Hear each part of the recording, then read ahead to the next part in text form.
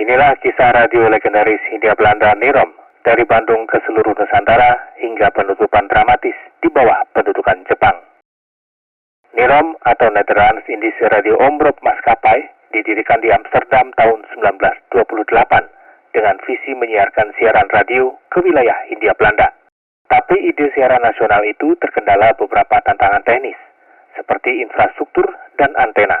Pada akhirnya Nirom baru bisa memulai siaran resminya 1 April 1934 atau 4 tahun dari pendiriannya. Siarannya pun bukan dari Amsterdam, tapi dari Malabar, Bandung. Siaran Nirom menggunakan gelombang pendek. Tahun 1939, Nirom memiliki 27 pemancar di seluruh Jawa.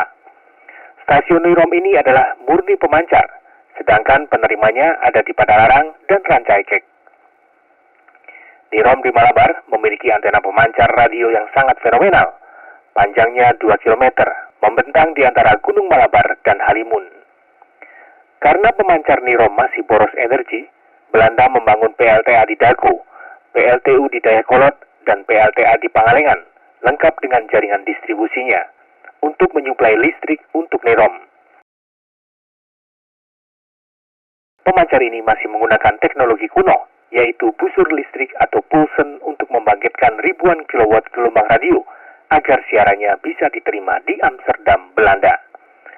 Nirom juga menggunakan jaringan telepon untuk merilai siaran ke sejumlah kota, di antaranya Batavia, Bandung, Surabaya, Solo, dan lain-lain.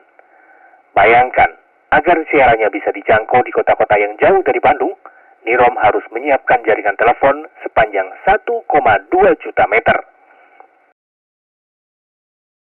Selain bangunan utama berupa stasiun radio pemancar, di sekitar puncak Gunung Puntang juga dibangun perkampungan yang ditinggali oleh awak stasiun pemancar dengan fasilitas yang cukup lengkap. Perkampungan yang dikenal dengan Kampung Radio atau Radio Dorf, yang di dalamnya terdapat rumah-rumah dinas petugas, lapangan tenis, bahkan konon gedung bioskop juga tersedia pada masa tersebut. Pada awalnya, Nirom hanya menyiarkan programnya dalam bahasa Belanda. Namun mulai tahun 1935, siaran-siaran mulai menggunakan bahasa lokal. Seiring waktu, penggunaan bahasa-bahasa setempat juga lebih dominan dalam siaran Nirom menjelang akhir masa operasionalnya.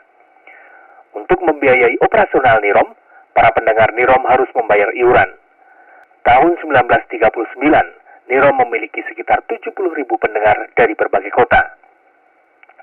Tiap-tiap pendengar membayar 1/4 gulden per bulan. Kalau hari ini, berapa rupiah ya? Selain siaran radio, Nirom juga memiliki penerbitan untuk mencetak Nirom Bode dan Suara Nirom, majalah untuk mempromosikan Nirom. Kontennya selain artikel yang berkaitan dengan masalah radio, cerita legenda, rumah tangga, dan musik, ada juga profil komponis, beberapa foto pemain musik, penyanyi, dan grup musik di era itu. Sementara di halaman belakang majalah, dibuat daftar acara siaran Nirom di berbagai daerah. Salah satu pegawai Nirom yang terkenal di Belanda adalah pembawa acara terkenal Wim Kan dan Bert Gaathoff. Pada saat penyerahan Hindia Belanda ke Jepang 8 Maret 1942, Gaathoff menutup siarannya dengan kalimat dalam bahasa Belanda yang artinya, "Kami akan menutup siaran kami sekarang. Selamat tinggal hingga waktu yang lebih baik. Hidup Sang Ratu." Meski demikian, Nirom masih melanjutkan siarannya selama seminggu lagi dan tetap menyiarkan lagu kebangsaan Belanda, Wilhelmus.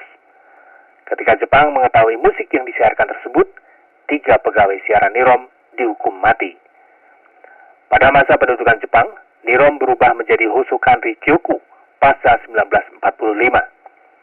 Setelah Jepang menyerah pada sekutu, Nirom Malabar dihancurkan oleh pejuang Indonesia karena tidak ingin Belanda kembali lagi menguasai Indonesia. Pada akhirnya, jaringan stasiun radio peninggalan Belanda ini dikuasai oleh Indonesia dan resmi menjadi Radio Republik Indonesia pada 11 September 1945.